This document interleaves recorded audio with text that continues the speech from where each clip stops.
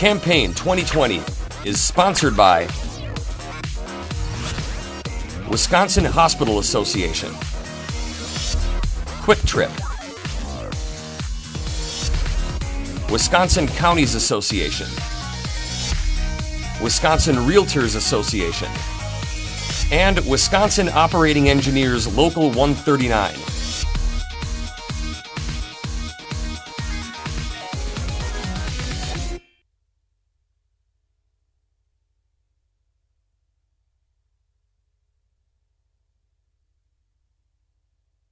Milwaukee branch NAACP. Also, there will not be any question and answers from the attendees. I'd like to start by explaining some procedures for tonight's debate and forum, which each candidate has received ahead of time. You will have 2 minutes for an opening statement and 1 minute to answer each question. The timekeeper is virtual. When there is 15 seconds left on your speaking time, the timekeeper will inform me, and I will indicate that you have 15 seconds left to answer your question. Please wrap up your statement. If you continue speaking after 1 minute, I will say thank you and move on to the next question.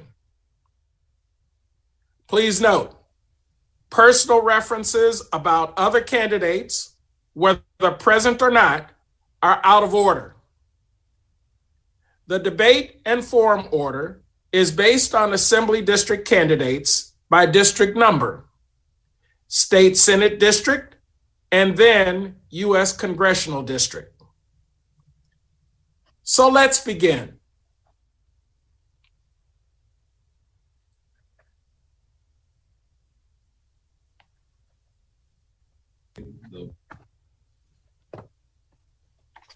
Our first candidate up is Orlando Owens.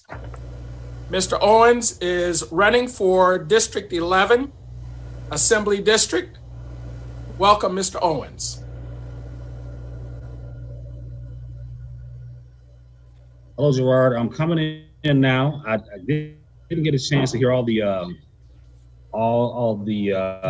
rules of it. I don't know if you have an opportunity. We had a little bit of a technical delay, but I see you. So how are you doing, my friend? I am doing great this evening. So please begin by giving our audience an understanding of why you are running for the Assembly District 11 seat. And limit your remarks to 2 minutes, please. Okay. Gerard, I want to make it quick because I didn't hear all the groundwork for the rules. So I want to make sure I don't do anything I shouldn't do. But in a nutshell, why I'm running is because there's an opportunity for real leadership to rise up from our community.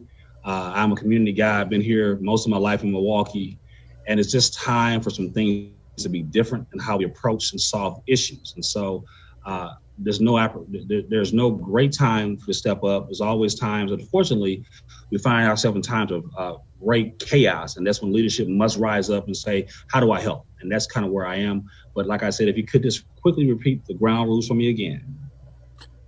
Essentially, you have 2 minutes for your opening statement, and then each question that I ask, you have 1 minute to answer.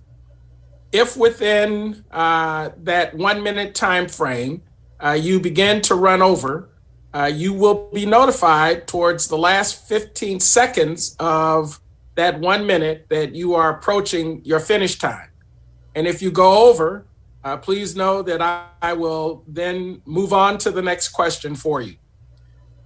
The other important rule is that you not reference any other personalities that are running for office during your statements.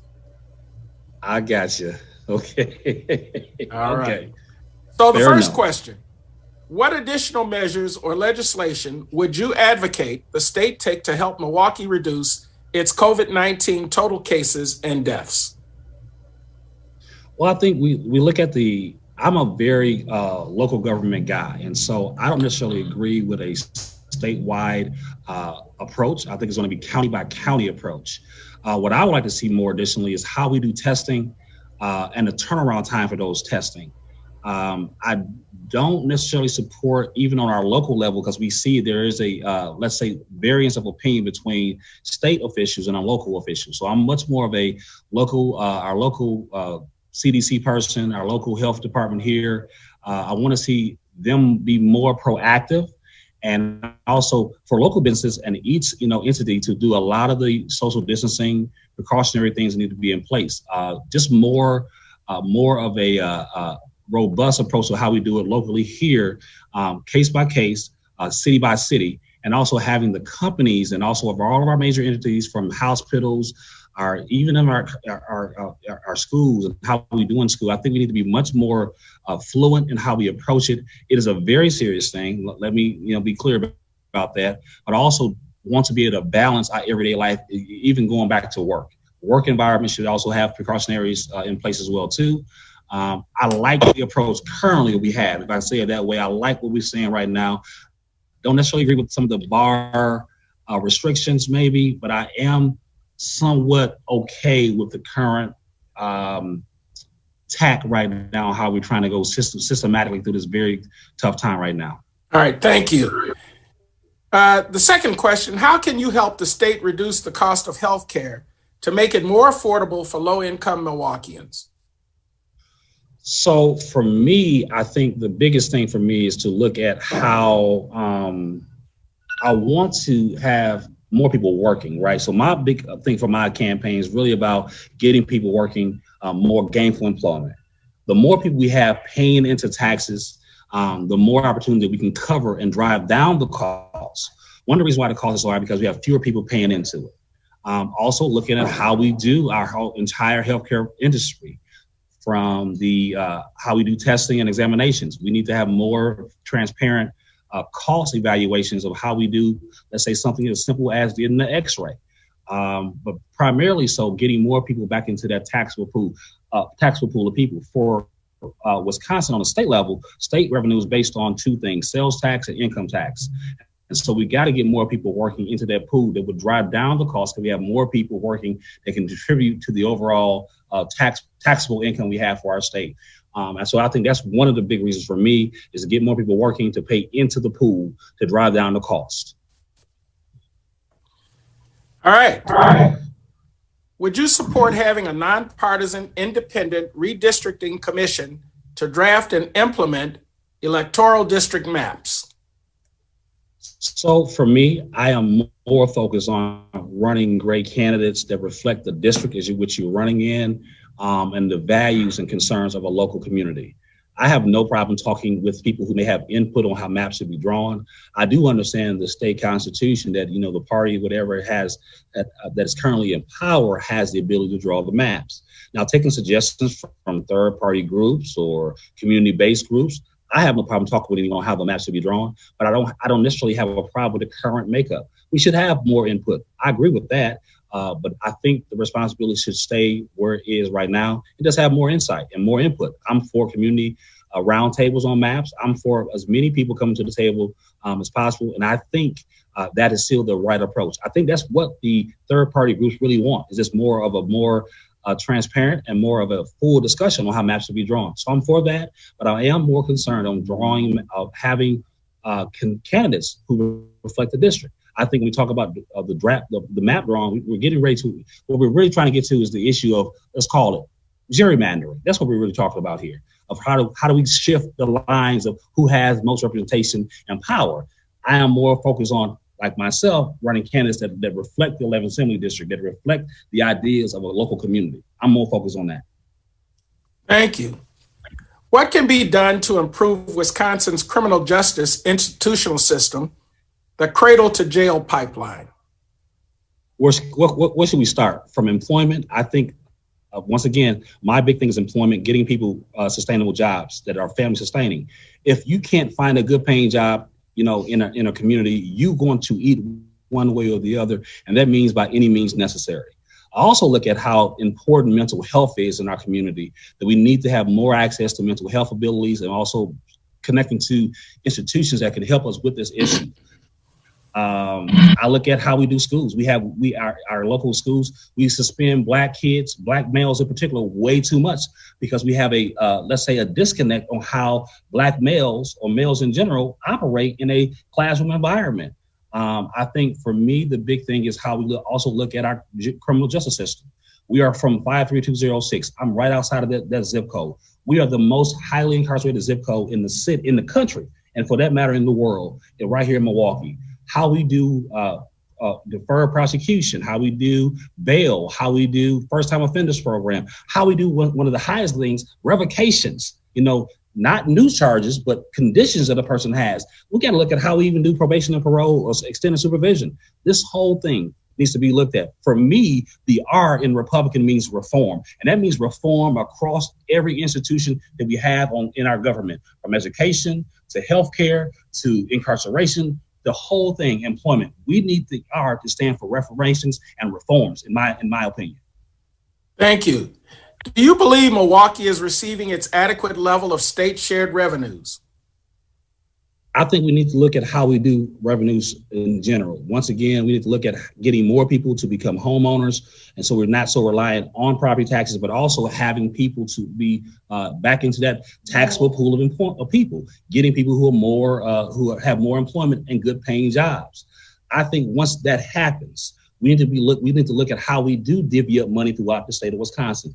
I think as Milwaukee is being the biggest tax base in the state, we need to recognize that. And I also understand, on the other hand, Milwaukee is the biggest tax spender of those resources. So you can be two things at once, which is we provide the most taxes to the state of Wisconsin. We also spend the most taxes. But I also understand that we are a very compassionate people. If a smaller county in our state needs help, people from Milwaukee doesn't have a problem helping them out, and nor should those counties that have, maybe let's say more disposable or have, more resources. If we need more help, then we should be able to do that. There's a way that we can find common ground. It should not be so combative that, we can't find a pathway forward. And I believe my candidacy, having the trust of Republicans and the respect of Democrats, bring their very unique opportunity right here to talk about how do we get more funds here to our city, but also to be a good steward of what we ask the people already, that our programs and our initiatives, they should have to work to help people to actually get them to the next level. Or we need to also be very conscious of this, that if these are programs that are going to be longstanding, like let's say healthcare for people who are, let's say, retired or underemployed,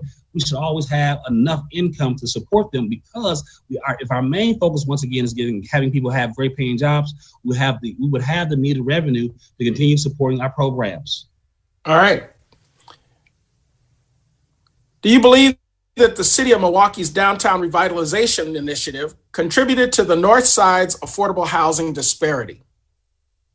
I think we had a tremendous focus on downtown and not enough into the communities. And when that happens, you have communities of color like I represent. For the most part, we do have a small piece of Glendale, but that made those local communities suffer. When we have local, I'm trying to say within the rules, when we have a difference of opinion on where resources should be going locally, and we put them more toward the downtown and forget about the neighborhoods, you can't have a downtown without a bustling neighborhood. We need to have people working. There's nothing downtown that people like myself, and I grew up in the communities, I grew up in poverty, grew up on AFDC and the welfare program. If we don't have disposable income to be a part of the downtown landscape, then who are you building the downtown landscape for? The people in the district that I'm running for is a very diverse people, but we also have a high level of unemployment and people who are at the poverty line or just below it or just above it. Nonetheless, there's no downtown that we can participate in if we don't have a bustling community around downtown, meaning we have to have the resources we need, job opportunities here for our people, so that, downtown can also be an extension of the neighborhoods. You shouldn't be in downtown, then you step one step foot out of downtown and it's like, a whole other world. Like, what is that? And that is a lack of leadership and also a lack of vision. So will you push through the budget or legislative process to have the state provide financing to create Milwaukee jobs, to remove lead laterals that are disproportionately poisoning children, Black and brown? So let's be clear, and I know that some of the people may not necessarily agree with me, that the Republicans are the majority here in our state of Wisconsin. And yes, we do have a governor that they both have to agree and work together. Unfortunately, right now, their relationship is definitely, hard to get along with, to say the least. I understand that, what the legislative power is, which is Republicans have the vast majority of the votes. And we're quickly approaching a supermajority. And that is the fair truth. Now, I would definitely support the idea of supporting ideas to get money to our city that help support what money the city's already spending. But the city first in Milwaukee must show me and also the surrounding counties, if I'm going to be an advocate, that the city of Milwaukee is adequately putting money toward the right place in the right way, and then the state can come in to support the further need to expand spending to repair lead laterals. So in a nutshell, yes, I would support that. And then finally, are you a member of the NAACP? And if so, for how long? I am.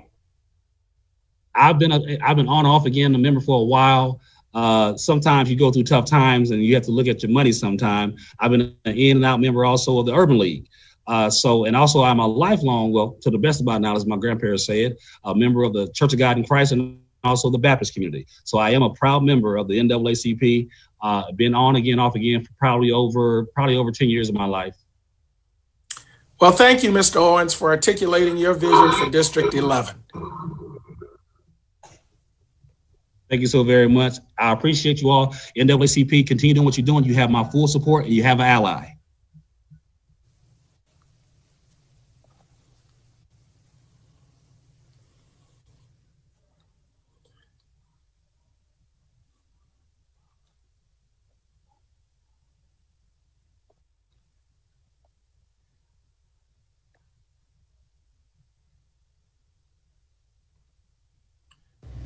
Now I'd like to welcome District 12 candidate, Dr. LaKeshia Myers. Welcome, Dr. Myers. Hello, Gerard. Thank you for having me. Well, thank you. Please articulate for those who are listening and watching what your vision is for District 12. My vision for District 12 is to expand on the beauty and the vibrance that exists within our district currently.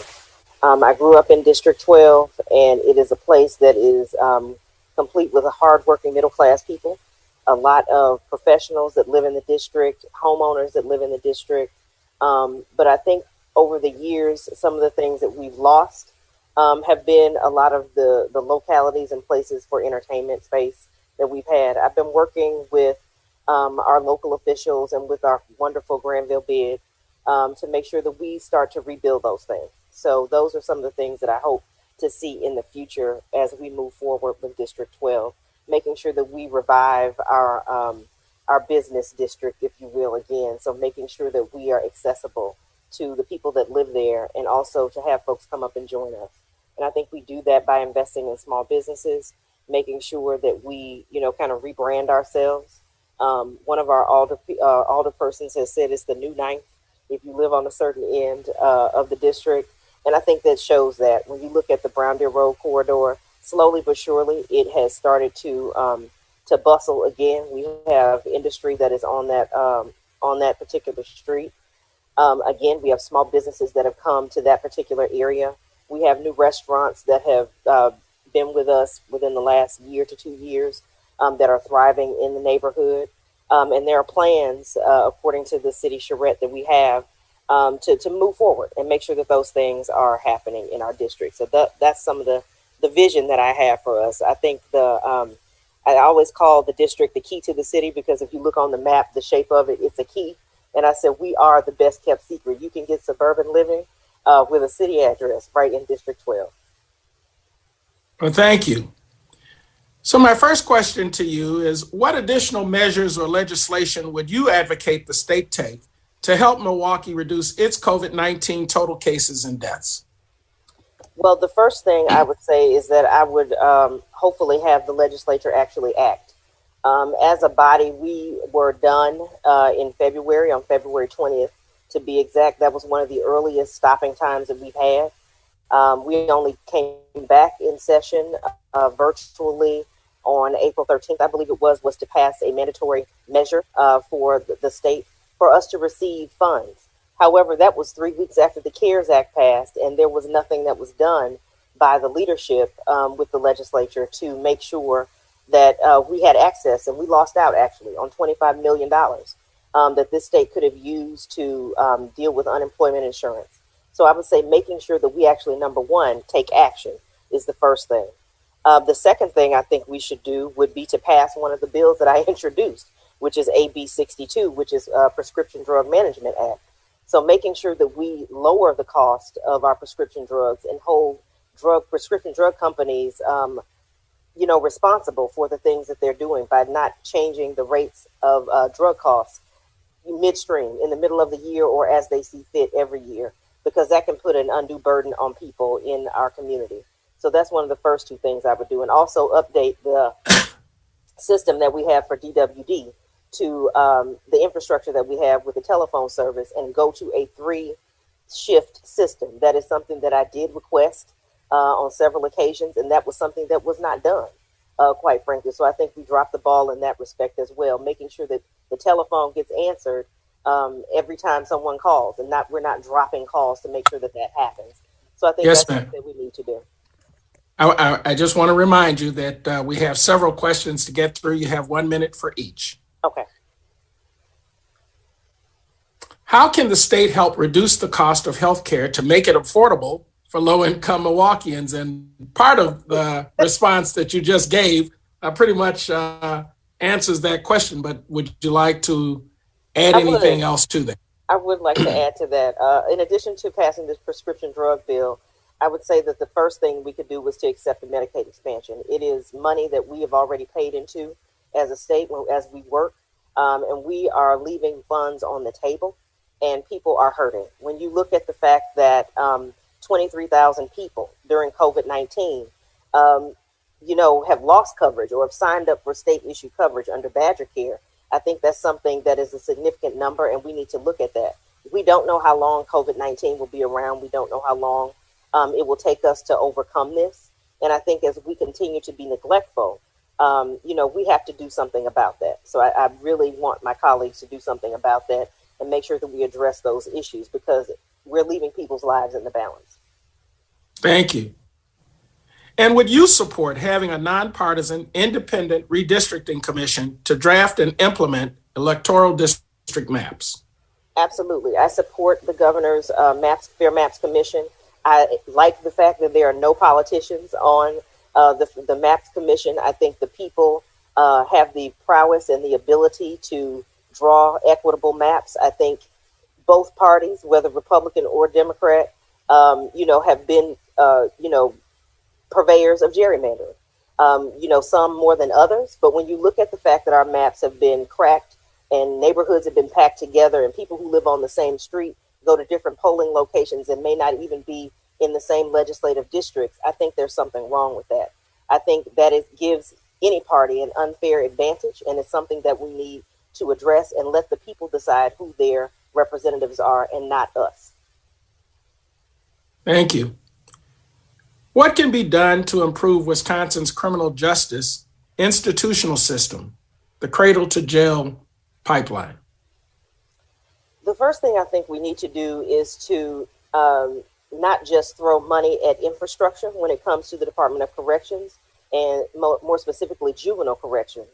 I think when we look at how the Act 185 was done, or better yet, left undone, there was funding that was available to build a new juvenile prison, but then there was no funding to deal with alternative measures that would stop youth from being offenders. I think when you look at mechanisms in the Office of Juvenile Justice Discipline Program that exists, we've not had adequate funding for that to be deterrents for our youth. So I think looking at things like youth court, programs that they have in other places that have been successful, making sure that we have alternatives to suspension, even in schools, making sure that those things are available. So stopping that at the beginning and not having to deal with it on the opposite end is something that we could do. I also think that when you look at the amount of money that we spend in the Department of Corrections, we could save money with the DOC if we were to really institute probation and parole. The governor has started that process back up. However, I would like to see the parole board have more people to facilitate more parole hearings and make sure that those that were incarcerated under old law get out, and also to have individuals not be sent back to prison when they are charged or accused of committing a new crime. When you look at the Milwaukee Secure Detention Facility, we had overcrowding for years at MSDF. You had 3 and 4 people to a cell, which was unconscionable. But this is only a holding place for people who have been accused of something else. There's legislation from some of my colleagues across the aisle that say they want people to have mandatory minimums and go straight back to prison when they are accused of doing something else. So that what happened to, innocent until proven guilty? I think that is doing nothing but filling up our prisons and making sure that we have the most incarcerated zip code and being, purveyors of people when you start to over-police neighborhoods. So I think that's something that we could address. I also want to look at... Remember, 1 minute.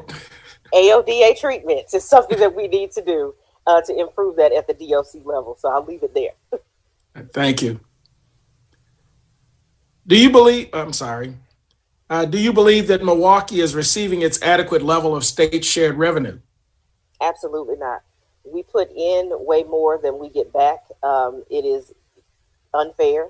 The fact that Milwaukee, the city itself, is strapped. Milwaukee, the city and the county are the economic engine of this state, and they are not treated with the economic respect that they deserve. I think that's something that we have to address. It has fallen on deaf ears, but I was happy to see at the county level that there was a unified front put up this last budget cycle where we had people that represent both sides of the aisle coming together to say, no, this has to stop, and Milwaukee needs to get what it deserves. I think that's something that we have to look at and make sure that we fight for. And I think, the Milwaukee caucus does a good job of that, but we have to get, a lot of our individuals from further out of state, they have a disdain for Milwaukee. You say the word Milwaukee and it is like, oh my gosh, I can't believe. And I always tell them, you can't live without us, so you may as well pay us. Thank you. Do you believe that the city of Milwaukee's downtown revitalization initiative contributed to the Northside affordable housing disparity? It was part of it. It was most definitely a part of it. I think I heard Mr. Owens say before that you talk about who is the downtown being built for. If it's being built for internal tourism, then that's a different perspective than having people that live close by the stadium in the Deer District not being able to participate in any of those things that happen in that area. We have to be able to make sure that Milwaukee is an inclusive place. And I think that goes back to looking at economics and making sure that we can do things. Municipal wages can go up, making sure that we give people the opportunity to have a living wage and be able to have disposable income so that they can utilize the amenities that are downtown. Thank you. And will you push through the budget or legislative process to have the state provide financing to create Milwaukee jobs to remove lead laterals that are disproportionately poisoning Black and brown children? Absolutely. I'm most definitely an advocate for removing the lead laterals. I think if Green Bay could have their lead laterals removed and, Madison has taken care of their lead laterals, there is no reason that Milwaukee should not have taken care of the lead laterals, better than they are right now. I think we have to use what is at our disposal. When you look at the fact that we have the Board of Lands, that is run by the state treasurer, she has funding that is available. If the city were to apply for it, I'm almost certain they would probably get it, to have a 0% loan to take care of lead laterals that were put there by government entities. We can't blame people for having lead in their water when this is something that predates most of the people that live in the homes that live in these areas. This was a practice that went out of style when we learned how dangerous lead was. So just passing out filters is most definitely not enough. And expecting people to have the funding to get rid of pipes in their older homes. Milwaukee has a very old housing stock. So we also have to take that into consideration. So making sure that there are appropriations available to get this done, it is a public health necessity. And Gerald, this is Dan from the NAACP. Are you having issues bringing individuals out of hold for any questions, or are you bringing those individuals out and they're having issues? Just let me know if you can. And thank you, LaKeshia, as well for that response. And thank you. So far, we haven't had any difficulty bringing the candidates forward, and we agreed that there would not be questions and answers from the audience. And would there be questions potentially from any other panelists who may be sitting in staging right now? There will not. Okay. Thank you, Dan. Well, my last question to you is, are you a member of the NAACP? And if so, for how long? Absolutely. I am a member of the NAACP. I've been a member of the NAACP since I was 16 years old and participated in the NAACP AXO competition when I was in high school. So I was happy to make it to nationals way back in 2002 in Houston. So we had a great time. Well, thank you again for joining us this evening. And I hope that you found this a wonderful opportunity to get your message out to those that are likely voters. Absolutely. Thank you so much. Thank you. All right.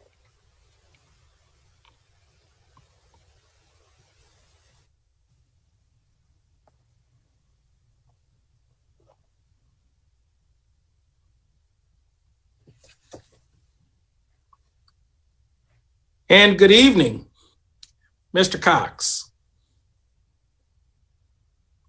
Are you able to hear me? Oops.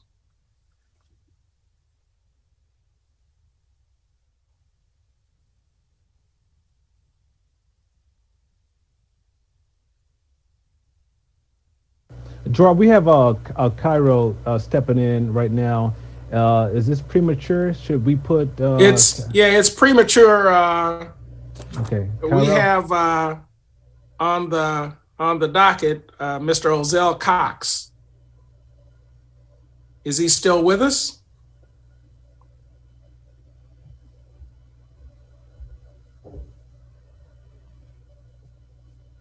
Doesn't look like he's still here. I don't know. All right, then we can move to Mr. Deacon. Okay, I'll bring him out. Sorry about that, Alcrio.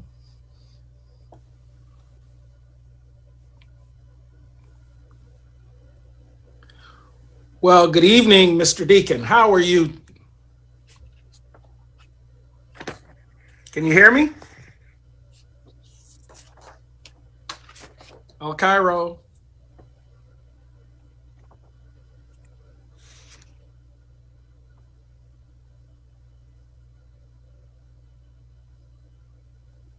Alcrio, are you able to hear me?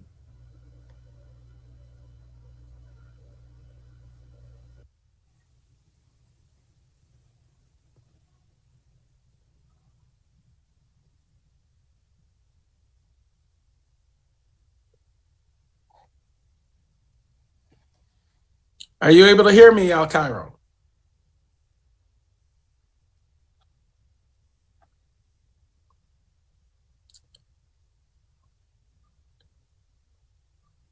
Dan, I think we have.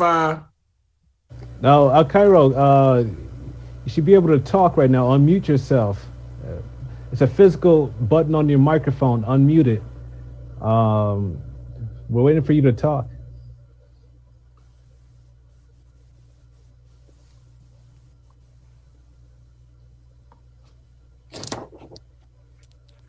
Are you able to hear me now?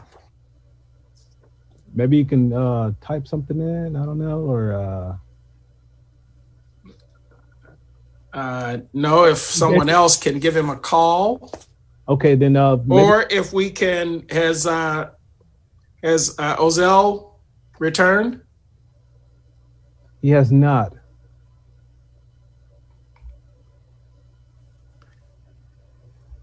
How about District 16 candidate Dennis Walton? Dennis is here. I can put him in. Thank you.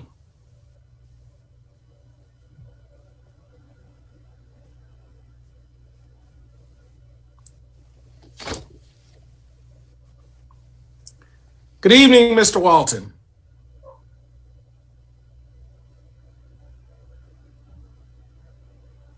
Looks like he's trying to get his, okay. Adjust the screen, okay.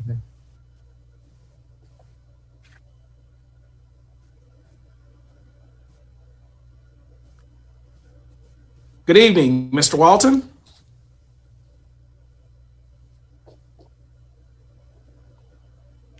Mr. Walton. Can you hear me? You may need to take your mic off mute.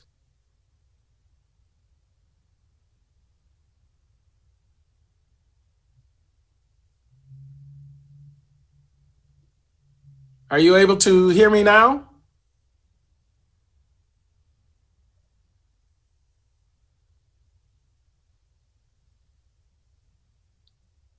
We're still having difficulty having you connect to audio.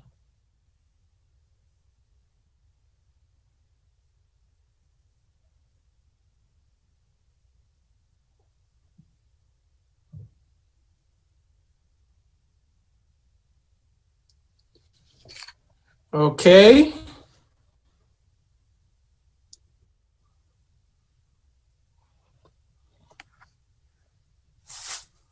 No success?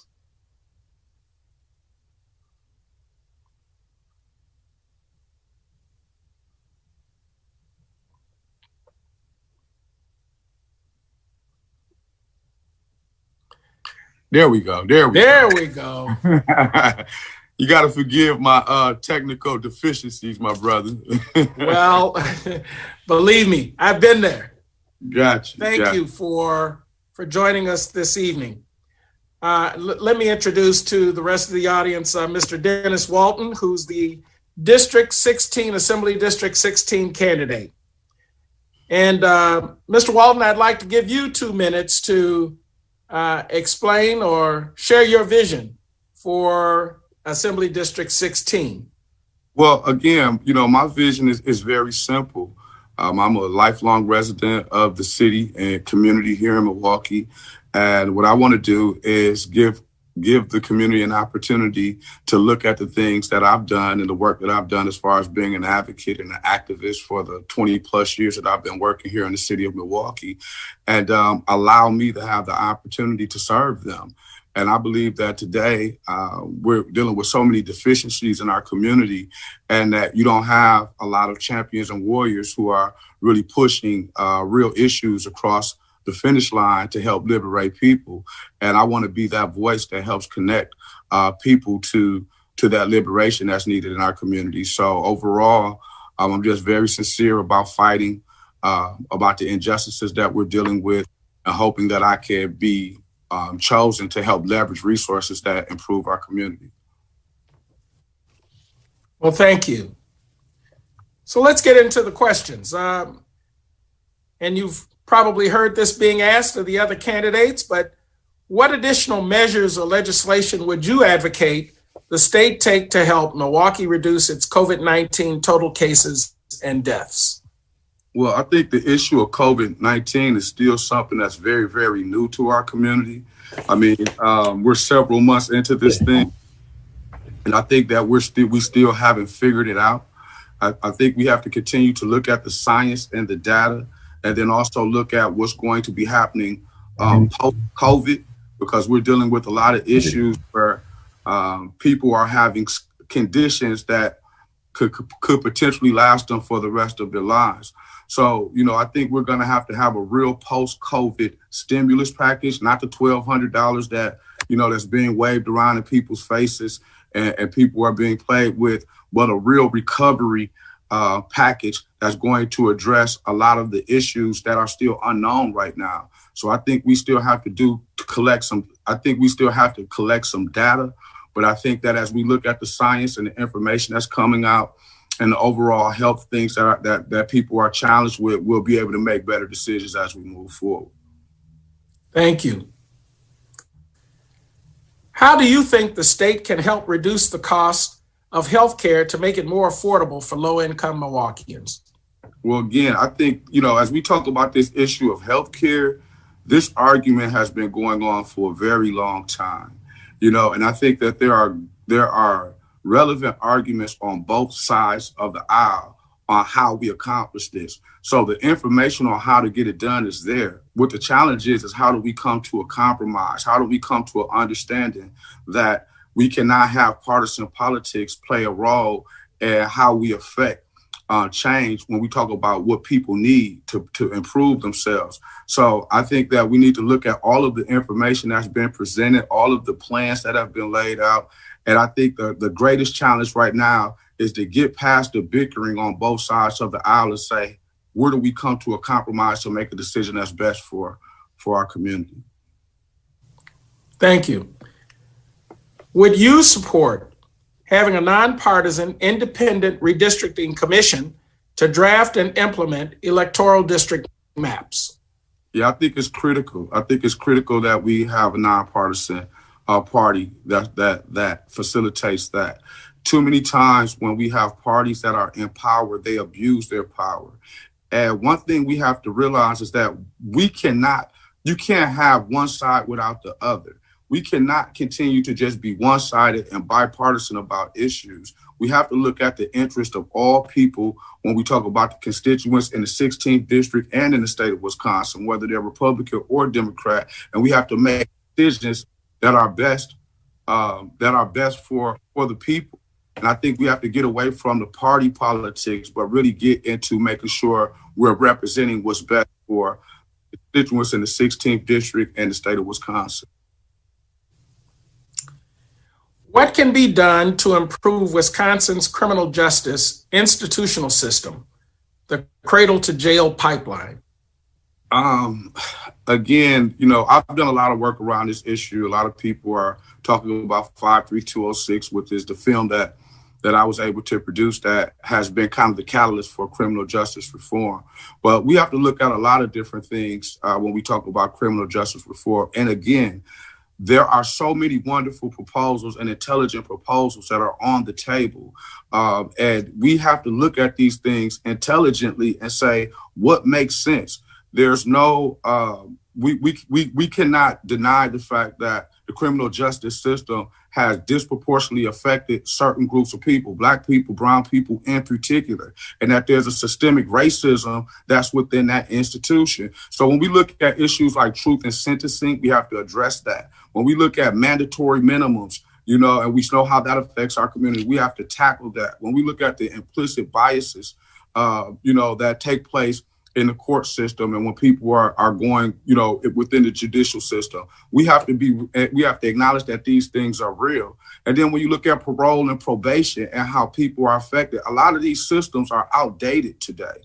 They are just simply outdated. And we have to look at passing fresh and renewed laws and legislation that affect change and are relevant for the issues that we're dealing with today. And then we also have to look at the issue of expungement and pardons. There's no way that we should allow people to be walking around with these stigmas of having felonies or not being able to free themselves, but we want them to become productive citizens in society. So re-entry is a really important thing that we have to address, but we also have to address how we work with the brothers and sisters on the inside before they come out, and be real about how we give them self-sustaining measures to empower themselves. Thank you. Do you believe that there's a shortage of affordable housing in Milwaukee? Oh, yeah, there's definitely a shortage. But again, not only is there a shortage of affordable housing, but you can't even get to a person being able to afford a house if you don't address the issue of poverty, and employment, and making sure that people have substantial income so that they can sustain themselves. And especially as we move into post-COVID, our economy has been devastated. So how do we make sure that people have the proper resources to sustain themselves, to live a basic quality of life so that they can afford housing? So I think that when we talk about affordable housing, we have to look at that as a crisis. But the other crisis is that people are not even able to afford to live anywhere because of the income indifferences, or because of the employment indifferences that we have, and because of the level of poverty. So I think you have to have balance in that conversation when we look at how we accomplish that successfully. Do you believe that Milwaukee is receiving its adequate level of state shared revenue? Of course not. When you look at the infrastructure in the city of Milwaukee, when you look at the deficits that exist, when you look at the high level of dysfunction that's happening in the inner city of Milwaukee, we are not getting our fair share. And when you look at Milwaukee being the largest tax base or the largest income generator in the state, there's no way that we should be deficient in all the areas that we are right now. So, kind of doubling back to the housing issue, do you think that the city of Milwaukee's downtown revitalization initiative contributed to the North Side affordable housing disparity? Well, I can say this. If we can put $2 billion into developing Pfizer Forum, which is a part of the 16th district, if we can give $430 million to the downtown convention center for expansion, if we can have a first-class institution, a world-class institution like Marquette in the 16th district, but 5 minutes away, you have young men being found dead in garbage cans. You have people speeding down the street and running into buildings and killing people. You have mental health and health disparities that exist at the highest level in the nation. I think we can pretty much look at the imbalance right there. And if we can mirror the successes of the downtown area, which is the eastern side of the district, which is the wealthiest district, which is the wealthiest area within the state of Wisconsin, downtown Milwaukee, and we can look at the personality and the strength of the eastern side, and we can couple those strengths with the west side, mirror those strengths with the west side. I think we can bring balance to that situation, but there's no way we should have the highest rate of incarceration, the highest rate of health disparities, as well as the wealthiest downtown area in the same district. So I think that if we look at the strengths of the district and use and apply those to where we have weaknesses at, we can bring the district into balance to where we can be successful overall. Thank you. Will you push through the budget or legislative process to have the state provide financing to create Milwaukee jobs to remove lead laterals that are disproportionately poisoning Black and brown children? Well, I think the science is there. I think the data is there. I think when you look at the conditions of the community and what happens from a community that has been poisoned by lead, you see all of those negative circumstances that exist, especially on the north side of Milwaukee. And so I think it has to be a priority. Now, am I going to, can I demand that this happens? We have to be practical that, any legislator is just one person. And the skill of being a legislator means that you have to work properly with others. And I think that we're forgetting that. So I would do my very best to bring forth what's intelligent and cultivate the necessary relationships based upon the data that we have and build coalition around us moving forward collectively to get these things done, because that's the only way it's going to happen. And finally, are you a member of the NAACP? And if so, for how long? I am not. Do you plan to join? It's possible. It's possible. I haven't seen a lot coming from the NAACP lately. And me and Fred have worked together in the past. I'm very much interested in anything that's happening in the community that's improving. But I think a lot of our institutions right now are kind of, they're fending and they're fighting for themselves, and they're going through, just that whole renewing of self. So I would love to learn more about what's happening with the NAACP today. And if it's something that's continuing to improve our community, I would definitely, welcome being a part of it. Well, thank you again for joining us this evening. Thank you, my brother. Thank you for having me.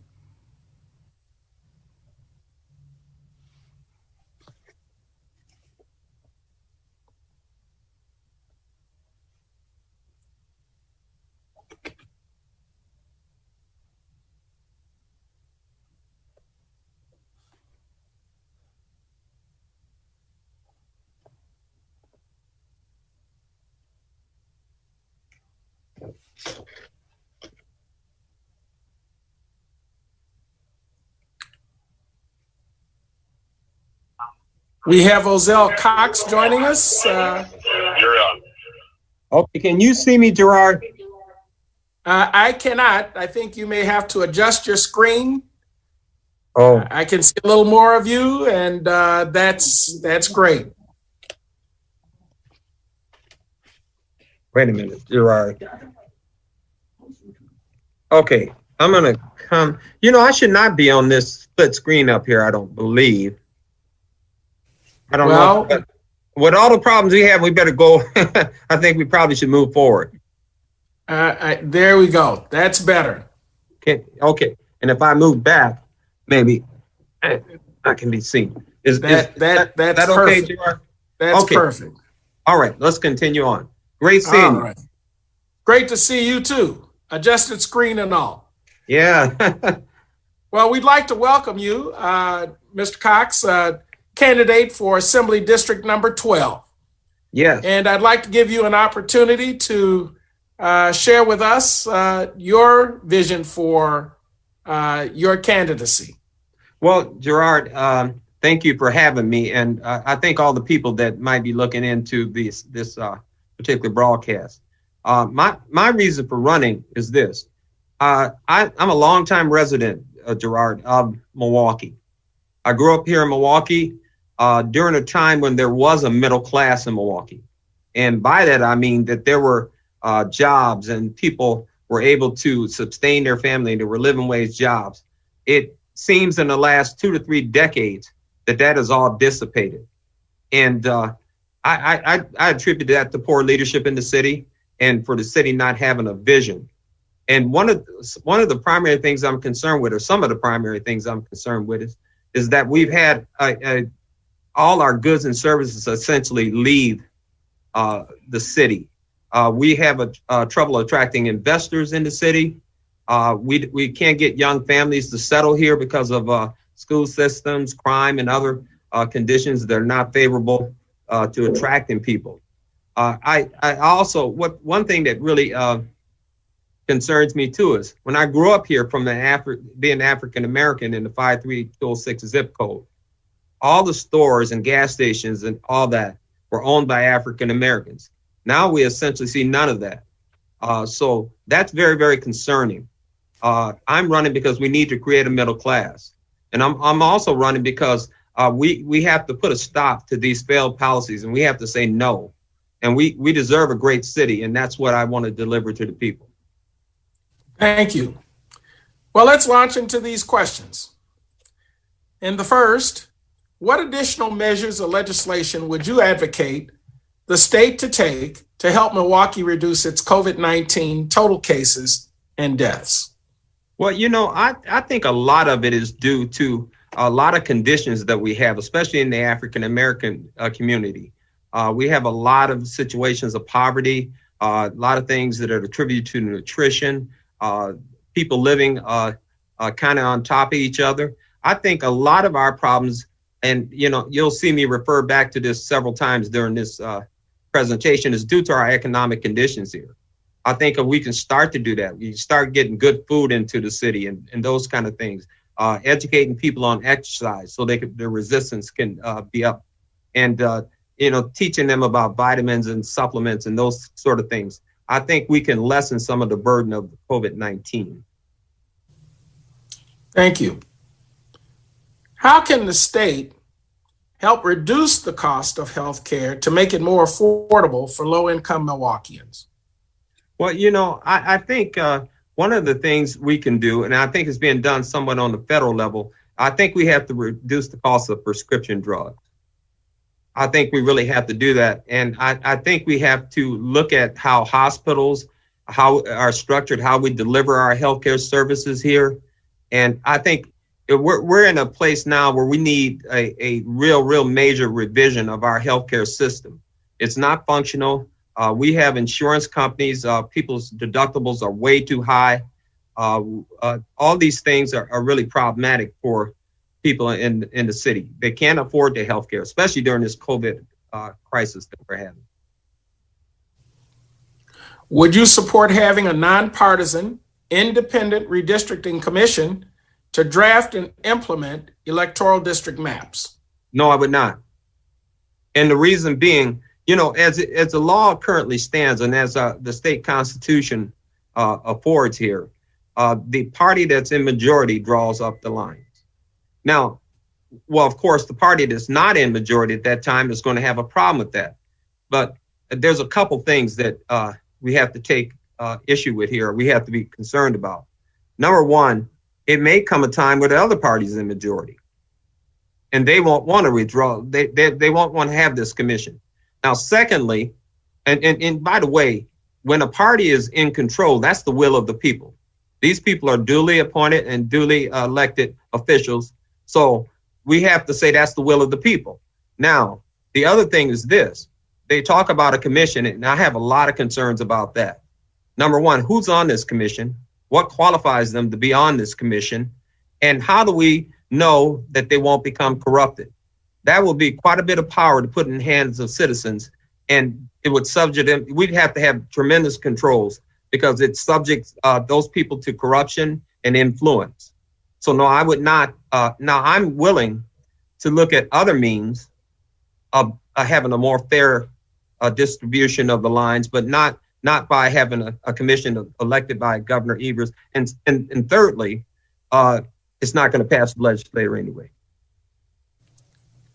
So what can be done to improve Wisconsin's criminal justice institutional system, the cradle to jail pipeline? Well, see, here again, you're going to hear, and as I told you, you're going to hear me refer back to economics a lot. As a practical matter, the more people that we get to work, and this is just a very practical thing, it means that they have less exposure to the criminal justice system. If I'm working eight hours a day, most people go home and that's it. Now, also, when you have people working and fully engaged in this system, they have a tendency to follow certain behaviors, such as purchasing assets and homes and doing these things. So they become engaged in a different way, and they have less interactions with police. Now, as secondly, as police reform goes, I am what you call a rule of law person. And by that, I mean, if a person breaks the law, and, you know, I have a law enforcement background and I have a criminal justice major from Marquette. If people break the law, then they ought to be held accountable.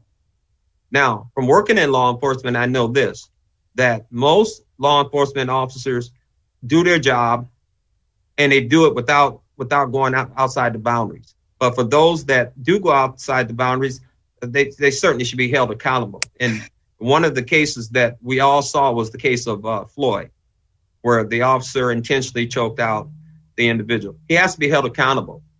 Now, what are some other things we can do? Now, we can create incentives within the police department for people for officers to have good relations with the community. And that can be a part of their evaluations and part of their upward mobility in the office. Secondly, we can, I believe in cameras, because I think it protects both the officer and the citizenry. Now, thirdly, I think what we have to do, and I haven't heard a lot of talk about this, we have existing laws on the books that have to be enforced. And specifically, I'm talking about laws that deal with reasonable force and when you're authorized to use deadly force. So these are all things that we should look at. But I think one of the big, and the other thing too that I think is important is you're bumping up on your time limit on the question. Oh, okay, all right. Well, let's finish your thought. Yeah, I'm just saying we can get more people from the community to join the force. I think relation and being able to relate is a big part of the problem sometimes we have in criminal justice reform. Thank you. Do you believe that there's a shortage of affordable housing in Milwaukee? I think it is.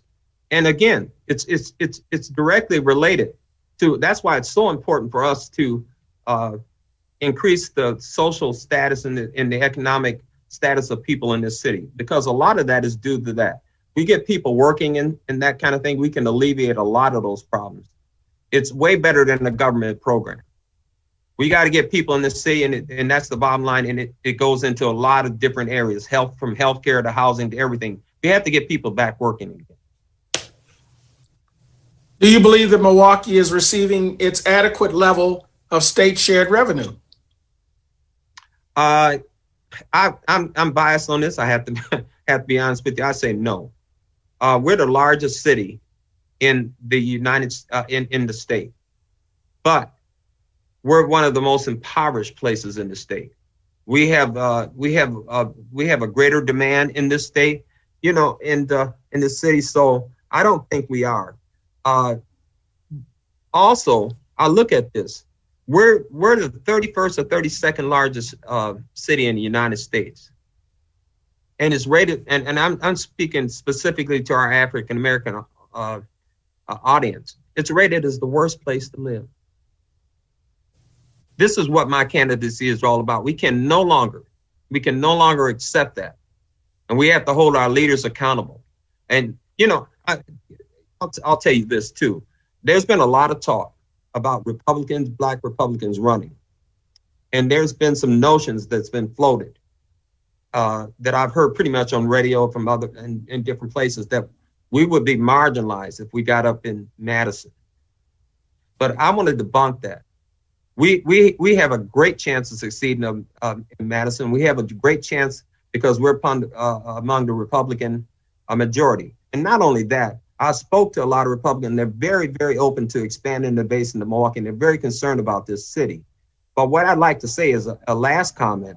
These people that are questioning our effectiveness, how in the world do they think they're going to go up to Madison in the opposition party and they're in constant opposition with Republicans and be successful? I just think I had to say that because they've been floating that notion quite a bit on the radio. Well, let me get us back on track with some of the questions that we have prepared for you to answer. Yes. Do you believe the city of Milwaukee's downtown revitalization initiative contributed to the Northside's affordable housing disparity? Yeah, that's one of my biggest objections to how things have gone in the last couple of decades. There's been a lot of resources poured into the downtown area and to the east side, and nothing on our side of town. That's one of the things I would do if I was in the assembly is demand our fair share. But here's my problem also. Even the money that they poured into the downtown area, I don't think is very effective. Putting lofts above a vacant shopping center. It's all tentative based on the Bucks' success. We have a young man by the name of Giannis Antetokounmpo that may or may not stay here. I think that would adversely affect what they're doing downtown if he was to leave. So the plans are very tentative at best.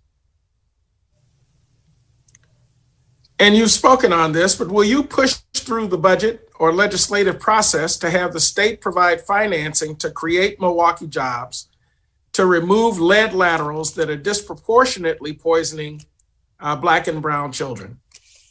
I'll address the first part of your question. That's absolutely what I would do, and that's one of the main things that I'm putting out as part of my campaign promises. I'll give you an example. Rhode Island, I think we can do this even during the COVID environment also. Rhode Island passed a bill that they partner with 63 businesses, the government. They proposed the bill. And what these 63 businesses decided and agreed to was that they would hire these people in these apprenticeship programs. And so they went through these apprenticeship programs and they don't have to wait to get hired somewhere. They were hired immediately. I think we can duplicate those kind of things. And I think we can even thrive during the COVID environment. I think we can start to build now. As a matter of fact, I think this is a great time or opportunity.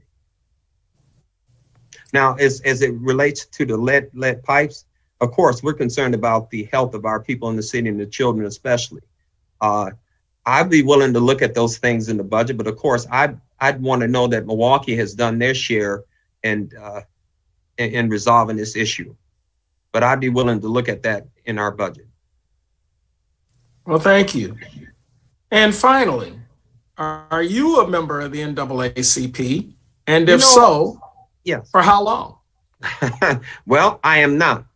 But, I would consider becoming a part of it. I've been a part of so many things, Gerard, that I've done in my life that's not one of the things I've gotten around to. But I certainly respect what they've done over the years and have a tremendous respect for them and would look at joining at some point in the future. Well, we appreciate your joining us this evening. and we wish your candidacy success. Well, thank you so much, Gerard.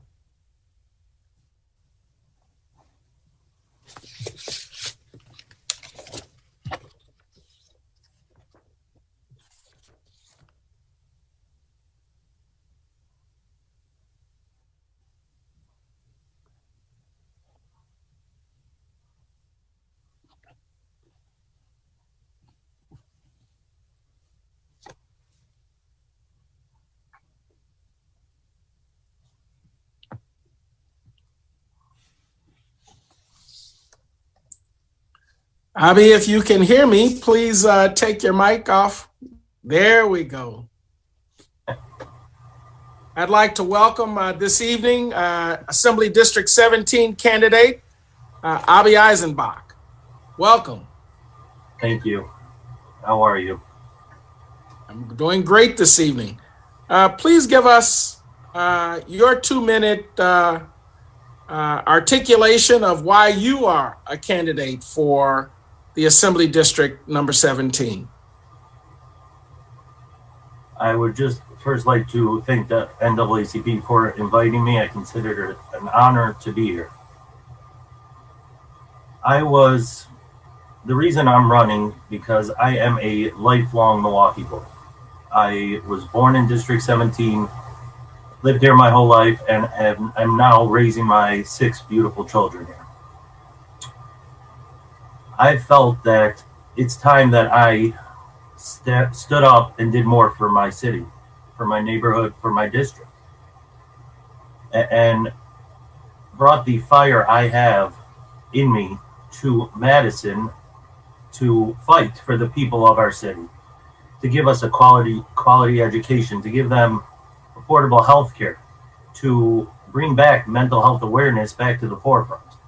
Because there are children in our city, as well as adults, who are going through a lot and just don't have people to talk to, which leads to them bottling up and unfortunately expressing it in other ways that are not necessarily good ways. Also want to bring more opportunity to the inner city.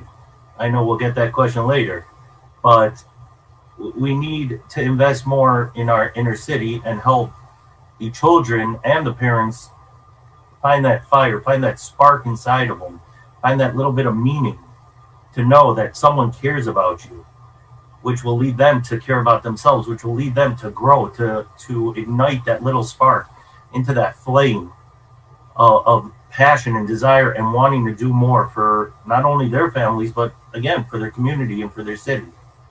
And I want to bring unity back into our community.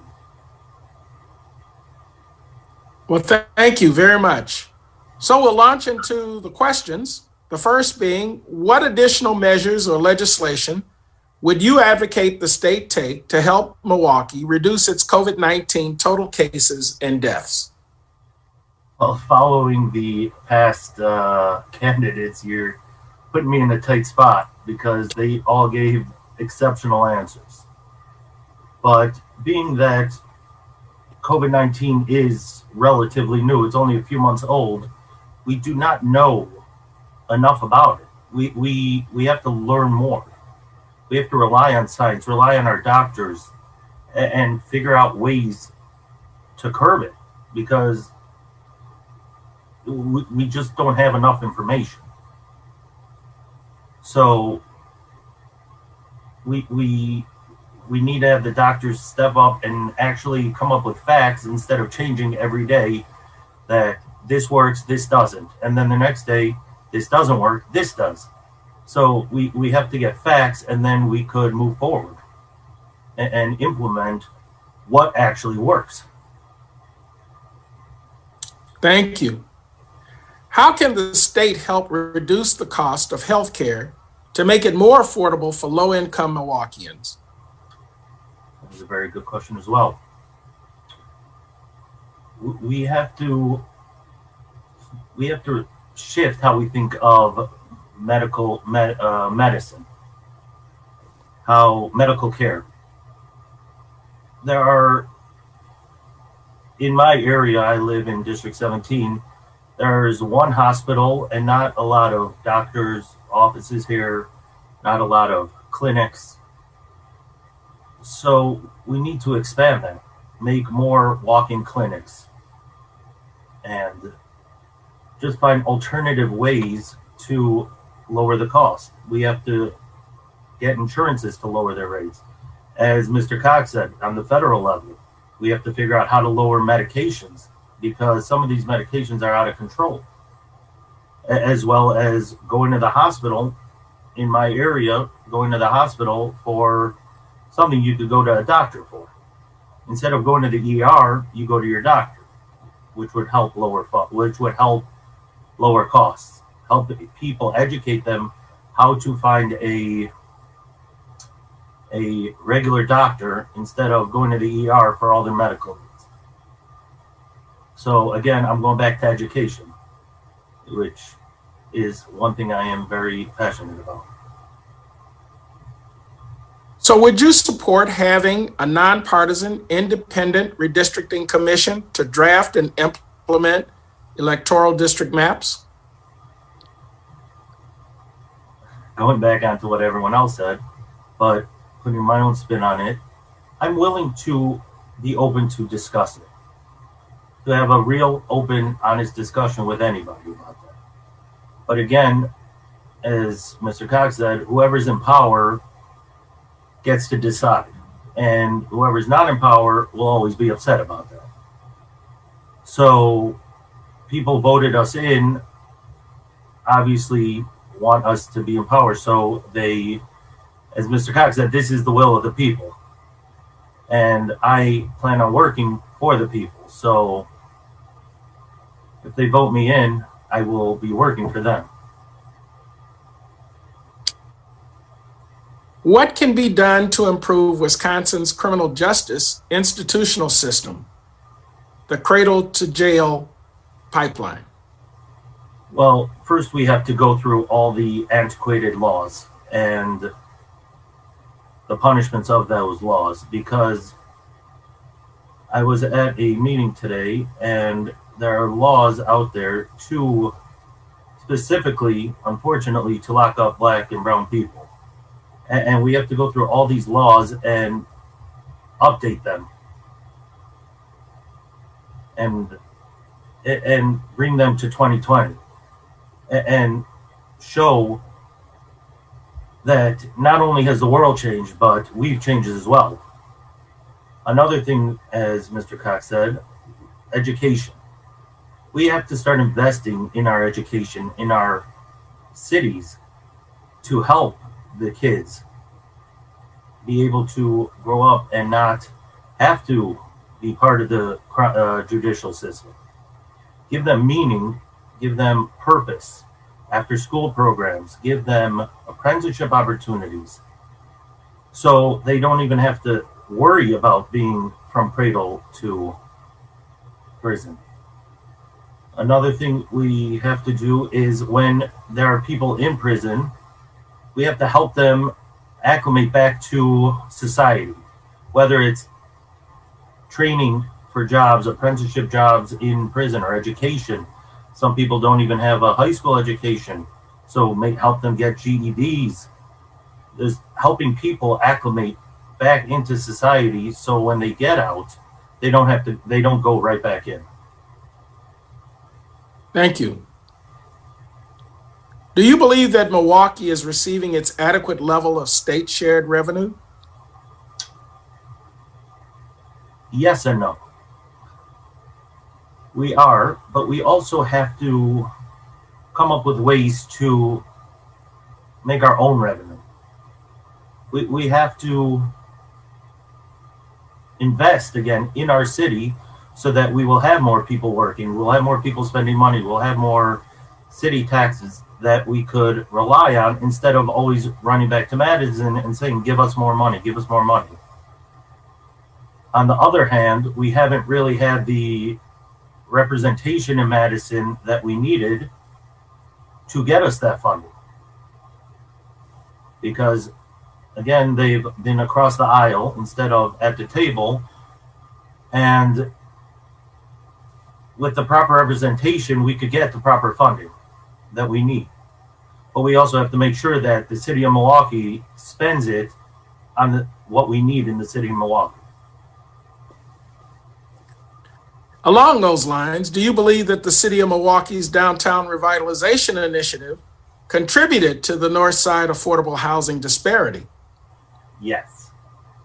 Yes. When you're so invested in pushing money for downtown and building up downtown, putting hotels in downtown, putting in huge buildings and investing in the Pfizer Forum and that whole area downtown by the lake, I understand that's where all our money comes from.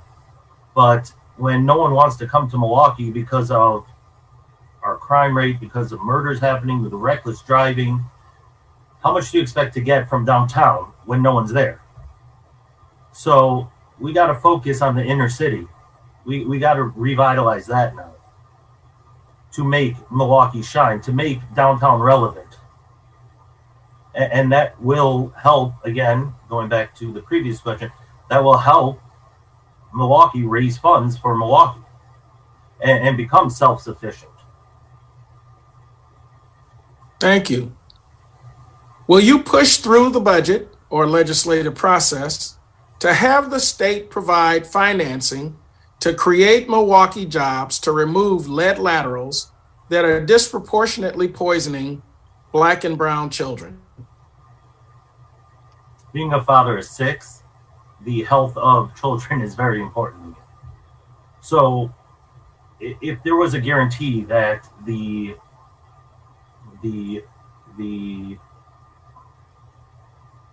people in Milwaukee, the word is losing my mind, is slipping my mind right now. The leaders in Milwaukee, the politicians of Milwaukee will spend it for that. I would back it 100%. But if they're going to figure something else out to spend it on, I don't want the money to go to waste. We do need to take care of our children because they're our future. As well as investing in businesses, I believe that was the first part of the question. I am 100% for that. When we give people a business, it gives them a purpose, gives them a meaning to wake up. And then they hire people, which also gives them a purpose and a meaning and a reason to be a productive part of society, instead of these crazy drivers we have or these murders that are happening, unfortunately, way too much. So I am very big into investing in Milwaukee, in the inner city. And my final and my favorite question is, are you a member of the NAACP? And if so, for how long? I am not, which I am sure everyone is shocked. But I do look forward to this relationship that I hope we now have going forward and working together with you and helping the Black and brown community in Milwaukee, helping invest not only in them, but in our city, helping them grow, helping them find that spark and blowing it into that beautiful flame of life and excitement to get up every morning and go to work and just be a part of productive society. Well, Mr. Eisenbach, I want to thank you for joining us this evening. We wish your candidacy good luck. Thank you very much for having me. It was truly an honor and a pleasure. Thank you. God bless. God bless.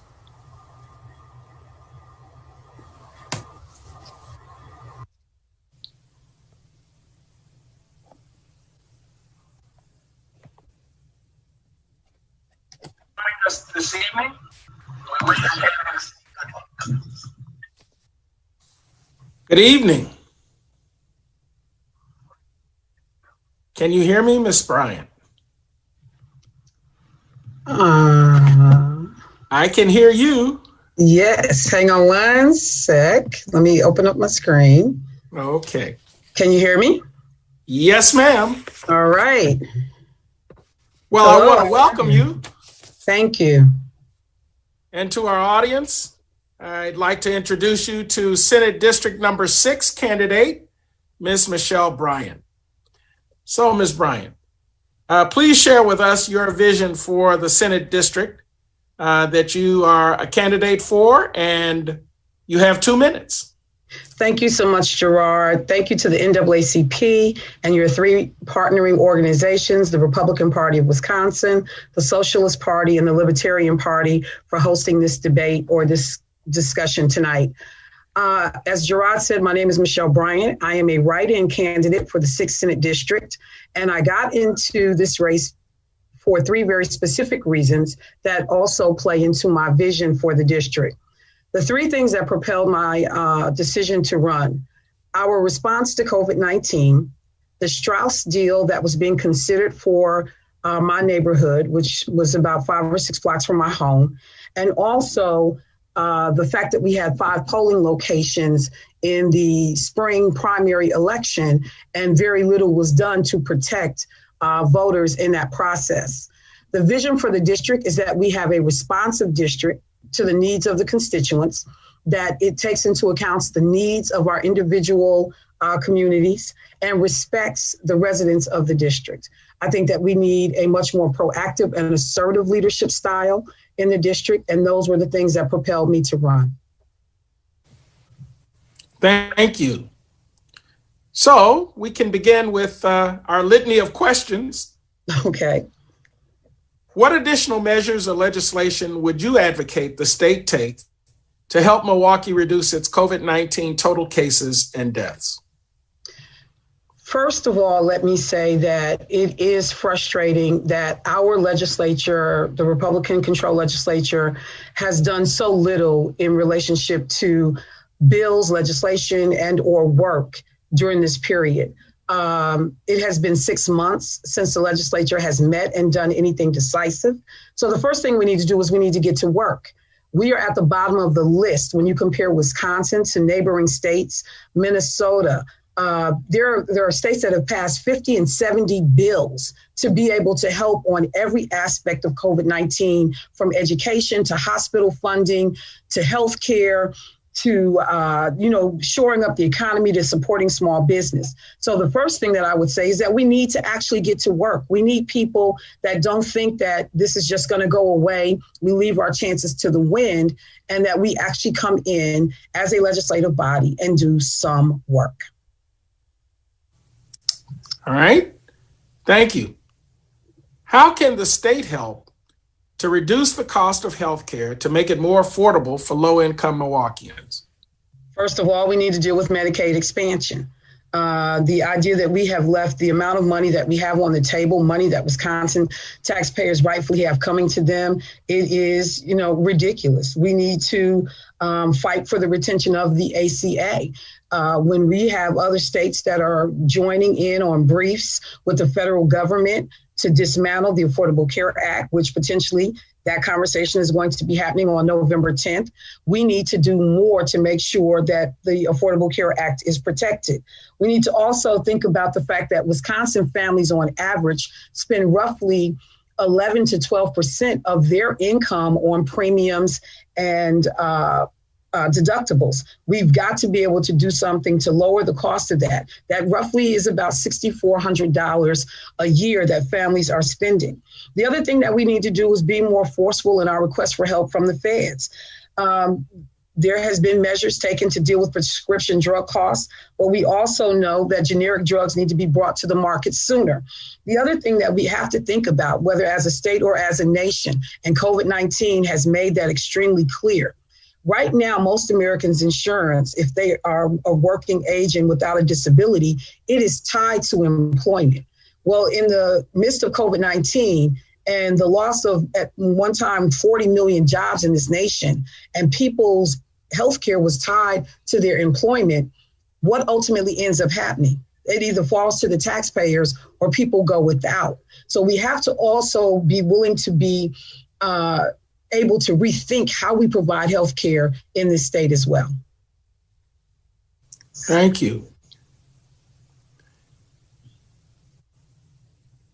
Would you support having a nonpartisan, independent redistricting commission to draft and implement electoral district maps? Absolutely. We have to end the current practice of legislators picking their constituents. It has been said that, the people pick the legislators and therefore the legislators should draw the district lines. Well, that's not exactly the way this has worked out, because we have seen legislators make power grabs, and it's happened on both sides of the aisle, to be fair. But just because we elected you, we didn't elect you to decide to hoard all the power for yourself and draw neighborhoods in a manner in which it reduced the impact of voters' wishes in future elections. And that's what we've seen. More Democrats showed up at the polls and voted in the 2018, 2016 elections, but Republicans were able to grab more power because of the way they had gerrymandered districts. So the idea that this, and also, and I happen to be listening, it was frustrating to hear that there was a candidate who thought that citizens couldn't be trusted, that they would be corrupted in terms of figuring out legislative districts. The last thing I'll say about that, folks have said, this is hard, and what are the qualifications of people that are doing this? I actually led a redistricting project for Wisconsin Voices, in which we brought in the software that is used around the country to be able to help citizens understand how to draw legislative maps. It's not that difficult. These are tools that are available to states that can be done in a nonpartisan way and in a fair and unbiased way. So this idea that we can't trust our citizens to draw impartial and fair lines, that was extremely disheartening. It can be done fairly, and it needs to be done without legislators putting their hands and tipping the scale in their favor. What can be done to improve Wisconsin's criminal justice institutional system, the cradle to jail pipeline? I think that there has to be a complete revisioning of the way we see criminal justice. We need to look at not only the system itself, but who the participants are. We need to look at diversity and inclusion efforts around who are judges, who are police officers, who are district attorneys. All those things make a difference in the way the system is administered, because a system is only as good as the people that you have operating it and the diversity that's reflected in those systems. In addition to that, many of the things that have been cited by other candidates this evening, whether we talk about making sure that the levers of these systems work, community policing, pattern and practice reviews by the Department of Justice, when we talk about parole and probation and the fact that we had 8 years of a Republican governor who refused to do his constitutional duty to consider those things, people being held under old law versus new law. When we talk about how the system is designed poorly in terms of recidivism, and that folks aren't being given the tools that they need to be successful, returning the right to vote to people once they have left the prison system. In fact, letting people vote even while you're incarcerated, because you are still being impacted by decisions that are being made. So I think that there has to be a top to bottom review, not only of the laws, the way they are applied, but also to make sure that they are that the systems are fair in terms of representation, that juries are fair. We talk about jury of our peers.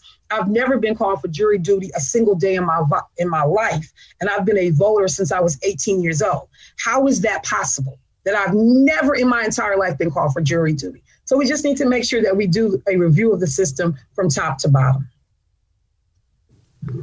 Thank you. Do you believe that Milwaukee is receiving its adequate level of state shared revenues? No, I join many of the folks that have spoke before me. Shared revenue, this system was started in 1911. Over the years, we have watched counties and municipalities receive roughly about 90% of the dollars that they send to the state, dwindle to 70% to 60%, and, teeter-tottering at 50%. And so these systems are unsustainable, particularly when the state chooses to tie the hands of local municipalities and how they raise money. The other thing that we have to do is shore up other communities around the state to be able to better support their districts. when we look at the fact that some areas around the state, they don't have industries, they don't have a lot of jobs that's being generated, we don't get to turn our back on people. But we do have to figure out a way that if I'm sending $1 to Madison and I'm only getting back 50 to 60 cents on my dollar, that's a problem. So, I certainly agree that we need to fix and find a better funding formula, because we've made the funding formula so complex that it now just feels like a money grab, if I can just be candid, when it comes to Milwaukee. And do you believe there's a shortage of affordable housing in Milwaukee? There is a shortage of affordable housing. Many people had an opportunity to read Matthew Desmond's book, Evicted, in which he talked about the fact that $300 was the average amount of money that a Milwaukee area resident needed to be able to make the rent and comfortably be able to pay other bills. But as some other folks have identified, we do need, thank you, you held that up. We do need wages to keep pace with inflation. The fact that we still have legal situations for tipped wages in which a person can still make $2.35 if they work as in the hospitality industry, IHOP, Denny's, and taxpayers are subsidizing that by way of tips. That how can anybody go to an 8-hour workday and make $2.35 an hour? When we saw the additional $600 added for the unemployment benefits through the federal government, if you compile or added that on top of Wisconsin's, I think roughly $370, it put people pretty much in line with where they should be if they were getting $15 an hour. So there's a dual conversation that has to happen. Affordable housing, but you also need wages to keep rate with inflation so that people can make enough money to be able to afford housing. So along those lines, do you believe that the city of Milwaukee's downtown revitalization initiative contributed to the Northside affordable housing disparity?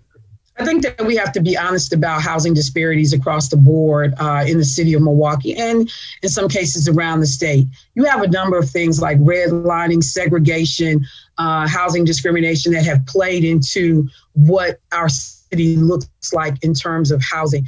It's not a secret that many people are frustrated that our downtown area continues to get resources and help that's needed in neighboring communities continues to get pushed off, moved off to a different day. You know, I think some folks have said we can find money to do what we want to do. So we know that housing has not been a priority. And we know that there's so much more that can be done. But it's not simply about downtown revitalization. You also have to look at the storied history of Milwaukee and Wisconsin in relationship to housing and how African Americans have consistently been pushed out of decent quality housing. So as senator, will you push through the budget or legislative process to have the state provide financing to create Milwaukee jobs to remove lead laterals that are disproportionately poisoning Black and brown children? So I think that there has to be a multifaceted approach to dealing with the lead lateral situation. Of course, the state should have a role in that, since these lead pipes were actually mandated by law that they be used in the state of Wisconsin. The idea that we would push that responsibility solely to homeowners, as some have suggested, is unacceptable to me. We have seen other cities around the state, Madison, deal with their lead lateral problem. They have dealt with theirs more than 16 years ago. I think that we have to do a combination of things. We have to make it a priority in Milwaukee. You know, we have to be in a position where we figure out how to help ourselves in addition to what the state should be doing. And because we have seen that there's been a reluctance, not just in Milwaukee, but we know that Milwaukee had roughly 70,000 homes and housing stock and buildings that were impacted by lead laterals. But that situation is going on around the state. And whether it's lead laterals or wells that have corrupted wells systems, there are other areas of the state that are also going through these challenges in terms of getting clean, healthy water into their houses. So we have to be willing to concede that there has to be a multifaceted approach, multi-pronged approach. Everybody has to do their share. But the state certainly should be willing to step up. In terms of creating jobs to get that done, that works as well. But we have got to be able to figure out, if no one comes to save us, and the state has been dragging their feet under the Republican-controlled legislature to help states, cities, and municipalities get this done, how do we help ourselves in the meantime? Tom Barrett, I think, put $20 million in his most recent budget to deal with lead laterals, but that, also is money going to the health department and other things. I'm saying that in 16 years under this current administration in the city, I've not seen the dedicated dollars and resources that we have needed to seriously deal with the problem. I think we've only taken care of roughly 7,500 lead laterals in 16 years, if I got my math right. If that's the case, that's ridiculous to me. Well, finally, my last question to you and to all of the candidates is, are you a member of the NAACP? And if so, for how long? I am a card-carrying member of the NAACP. I actually started the college chapter of the NAACP at Wichita State University when I was a student there, and I have been a member of the NAACP off and on. I'll be honest, I usually remember to make sure my membership is updated when I buy my annual ticket to the Freedom Fund dinner, because it includes your membership when you do that. So as long as I know I'm going to the Freedom Fund dinner, I know that my membership stays current. But I actually started the NAACP chapter when I was in college. And as a note, the Freedom Fund dinner this weekend, will be virtually. Yes. Or will and be virtual. I do have my ticket. Here we go. That is very correct. Thank you for, I'm sorry. No, sorry, Gerard. Thank you for being a card holding member of the NAACP. We respect you for doing everything you can. That's great that you showed that. We hope everyone else can become a member as well. Thank you. I think I heard most who aren't pledged to be one. Well, thank you again, Ms. Bryant, for being a part of this discussion this evening, and we wish your candidacy well as also. Thank you very much.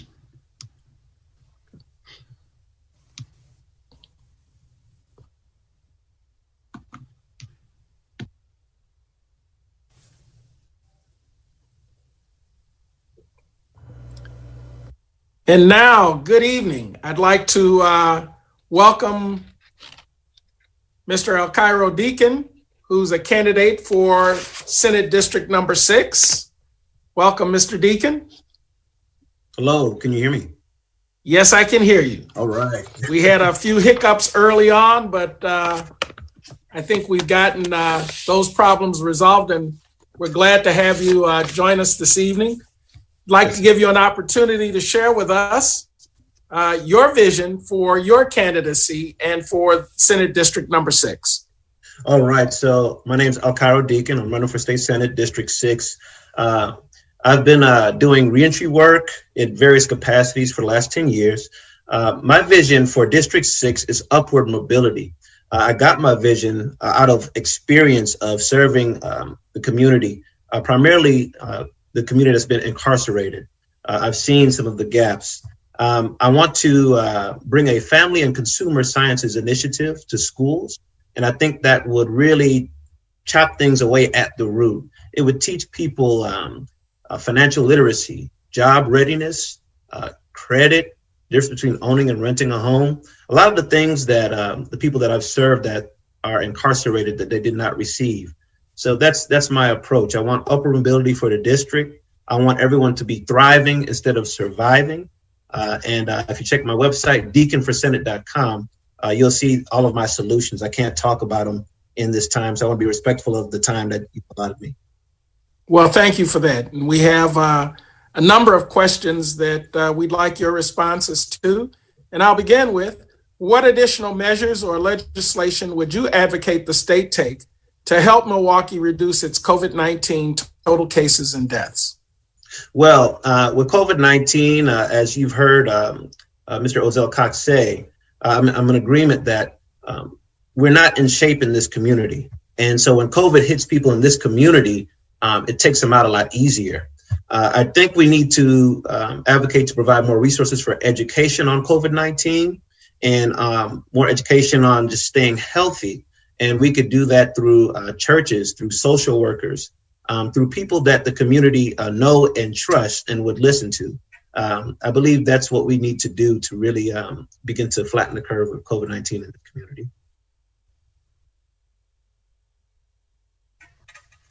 Thank you. Would you support, how can the state help to reduce the cost of health care to make it more affordable for low-income Milwaukeeans?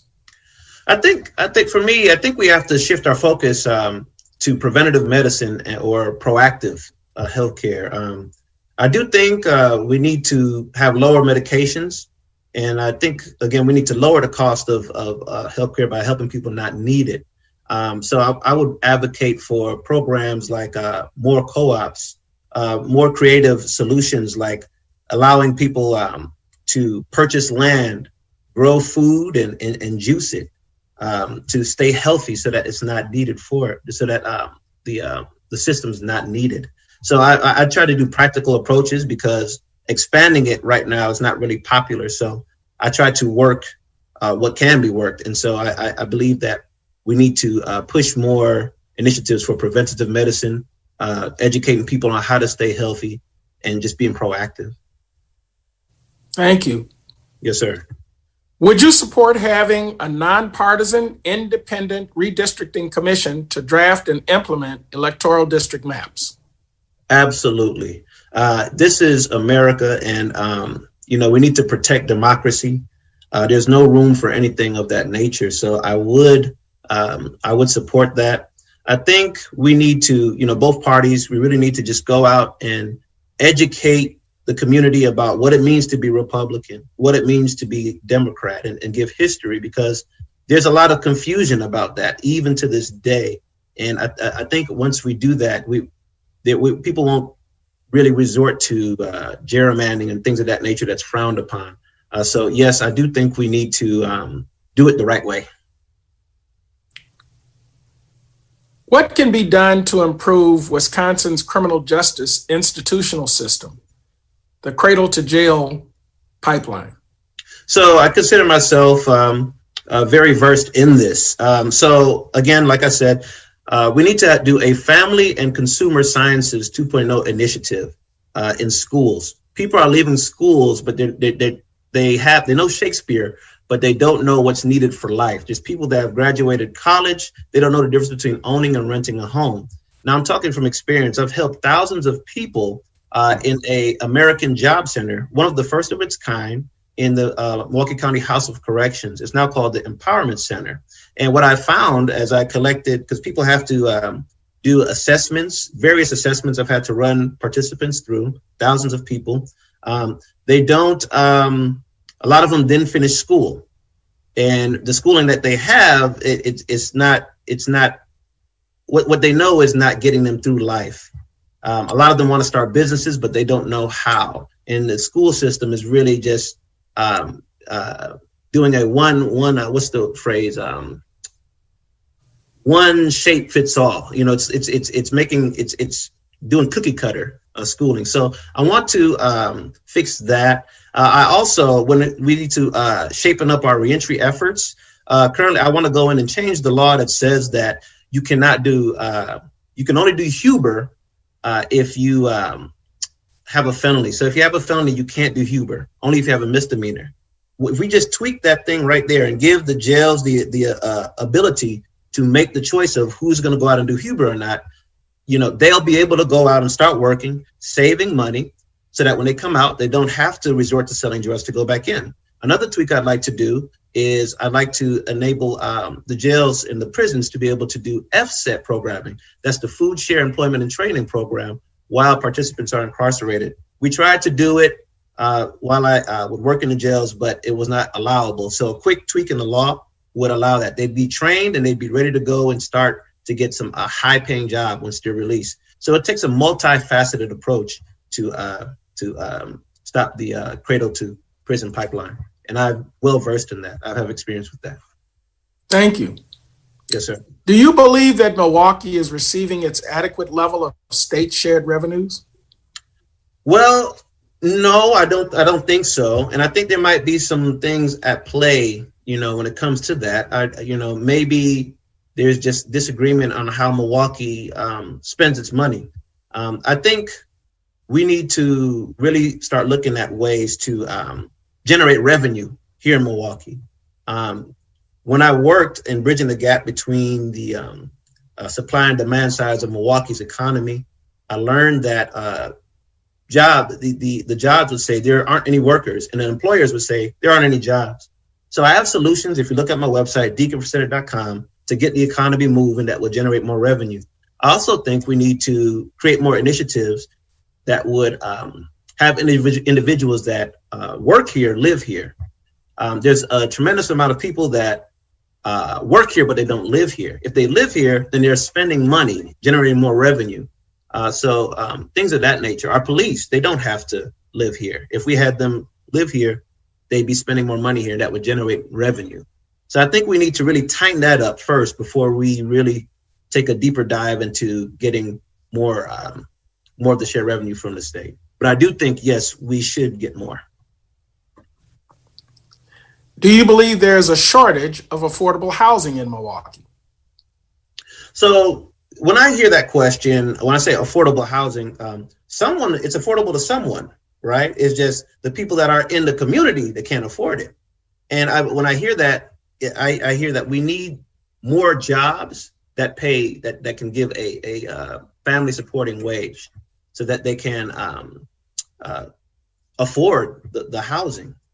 So no, it's not affordable, but it's not affordable because we don't have people that are trained and ready for the jobs. And I have solutions to get people trained and ready and to bring companies here that pay family supporting wages so that people can get affordable housing.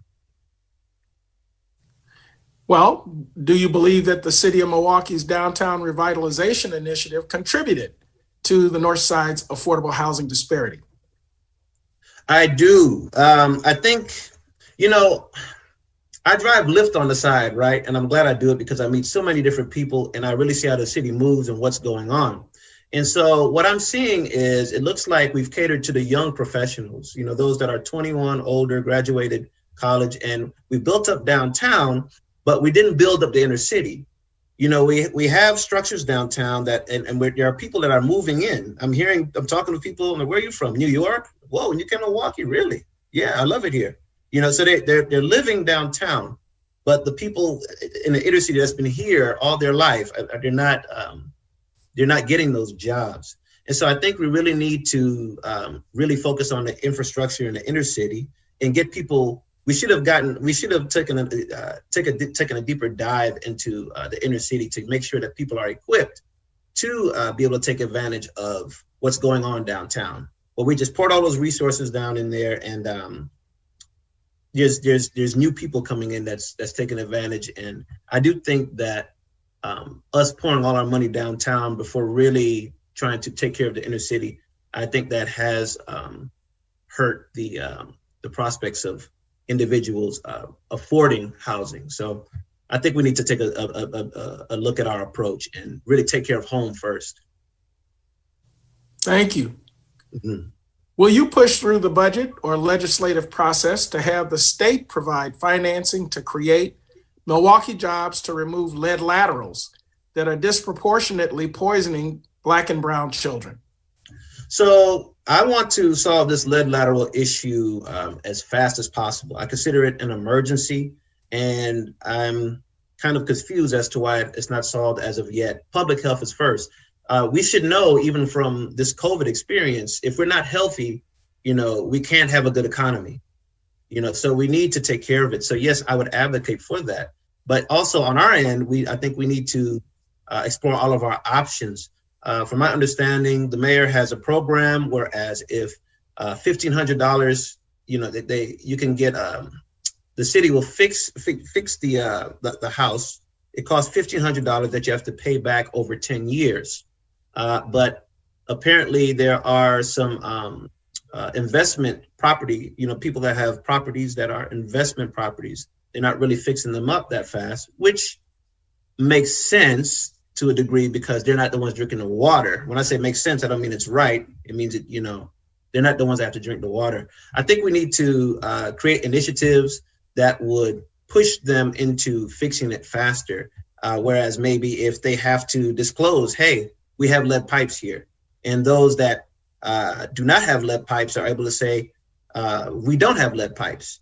And you have to display it when you're going to do it for rent. We have lead pipes. So that they can really just get to it and get it fixed and start the program. Once they start it, then they don't have to put that anymore because you have to pay it back over 10 years, if I'm not mistaken. But yes, we need a multifaceted approach.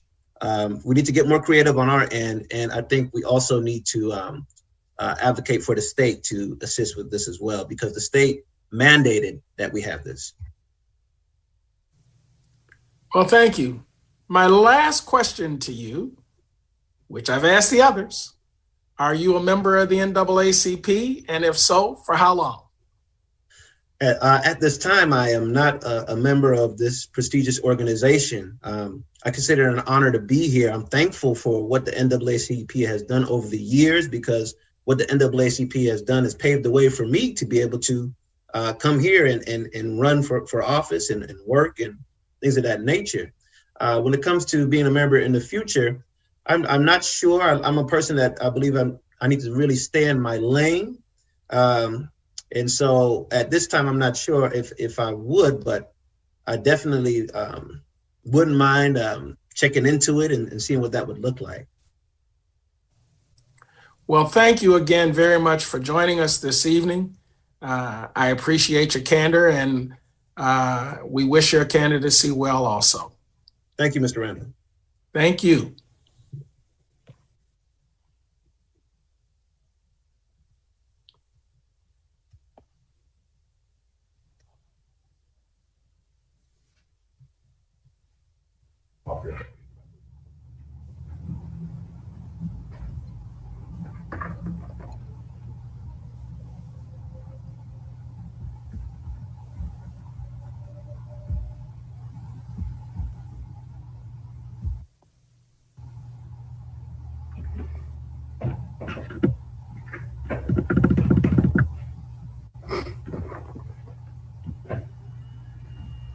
Well, good evening, Mr. Rogers. How you doing, Mr. Randall? I've been waiting to say that for a while. I want to welcome Mr. Tim Rogers, who's the Congressional District number 4 candidate. Welcome. And you have 2 minutes to share with us what your vision is for Congressional District number 4. Hi, my name is Tim Rogers, and thank you for having me on this Zoom.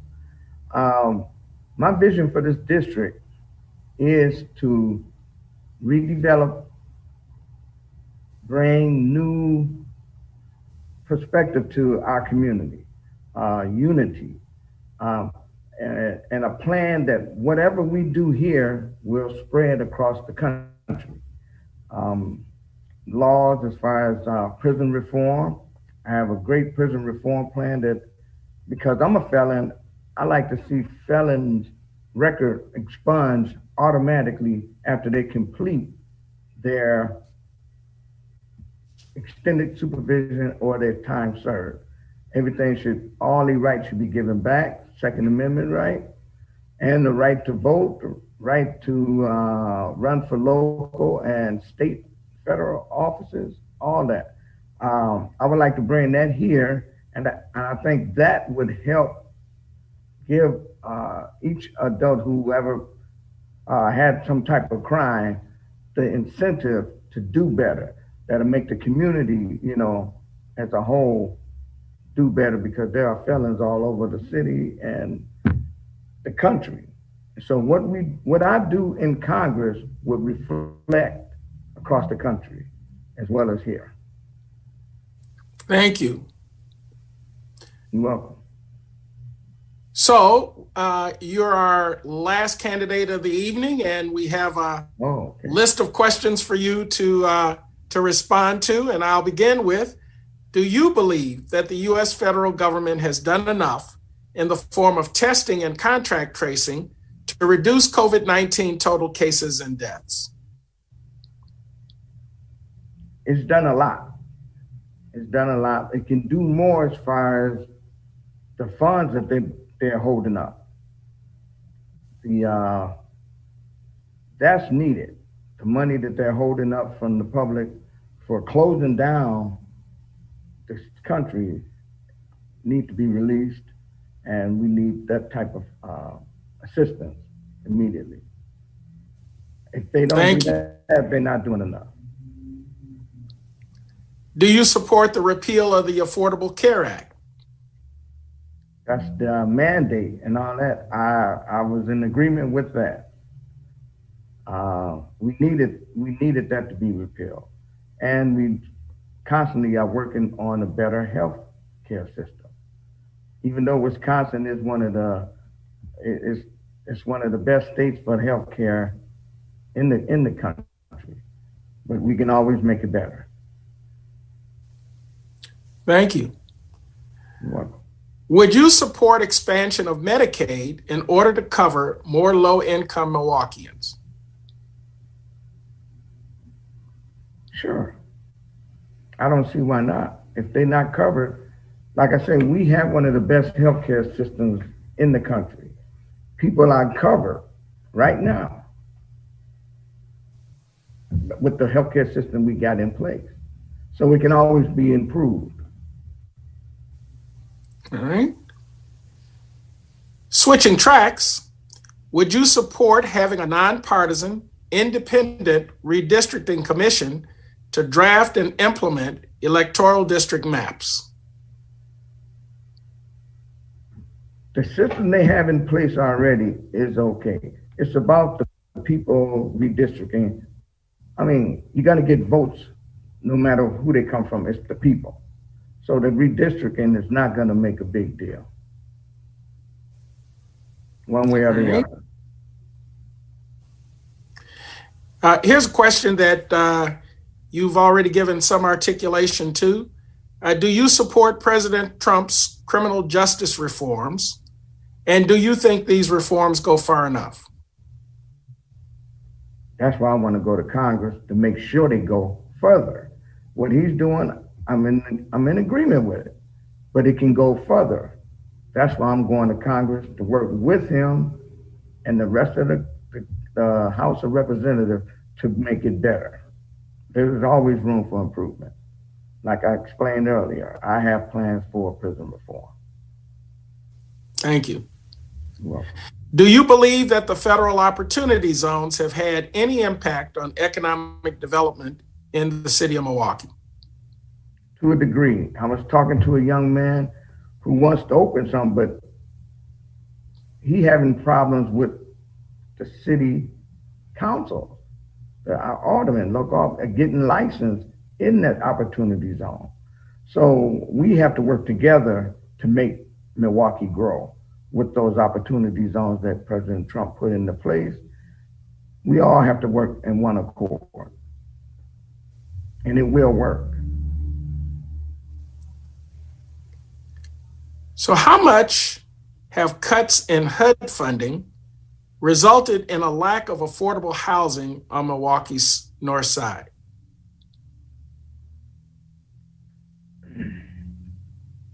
That is a nice project that HUD has going on. It's been around for a while, and I think it'll continue to be around. It will get funded. I would support that, as well as the proper banking system to help go with that so that people can get those affordable houses, because we need affordable housing and we need to redo the housing system that we have already in the city. And what do you believe can be done through the federal government, whether it be through the Clean Water Act or any other Environmental Protection Agency legislation, to remove lead laterals from the drinking water supply chain in over 70,000 homes in Milwaukee?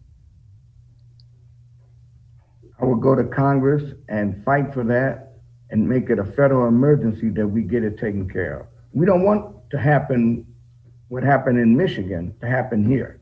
It shouldn't get that bad. The water situation has been bad since the 60s, and it's time to get something done about that. And I would advocate for that strongly in Washington and make it a federal emergency and get the job done immediately. Well, finally, you're our last candidate to have this discussion with, and I'll ask you what I've asked all the other candidates. Are you a member of the NAACP? And if so, for how long? No, I'm not a member of NAACP. My parents were. I talked to a member of the NAACP when I ran for Congress in 2018, and he said, "We can't support you. You're Republican. I don't support Republican." I'm like, okay. So, I mean, I believe in the NAACP and some of the things they're doing, but I guess whoever was running it at that time came off real bad just because I'm a Republican. And I didn't think that was cool. Fair answer. Well, I want to thank you for joining us this evening and sharing with us your ideas and your candidacy. And we wish you success in meeting up with the voters and sharing those ideas that you shared with us tonight. And there's Good a luck. lot more. There's a lot more, but, time on, www.rogers for Wisconsin. You can Google me. You can check out my website. And my number is all around the city. My name and number. I grew up here. I'm asking anyone can reach out to me and talk to me, and let's make it work. Let's move forward. Well, that's a wonderful way for us to end. And thank you again very much for being with us this evening. Thank you, Gerard. Appreciate it.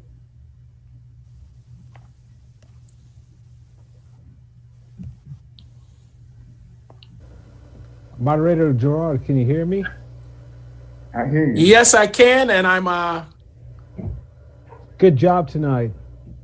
Well, I want to thank all of those who joined with us, and I particularly want to thank the NAACP for allowing this forum to take place. I hope it's just the start of many others going forward that will allow for some honest conversation from candidates who are seeking the support of our local voters. I do want to remind everyone who's listening, watching, that the NAACP has its annual Freedom Fund dinner this weekend, this Saturday. It's virtual. Go to the NAACP website in order to get more information and certainly to support the event. Thank you, Gerard. With that, I wish everyone a wonderful rest of the evening and certainly a prosperous week ahead. God bless you, Gerard. Take care. God bless you. Thank you.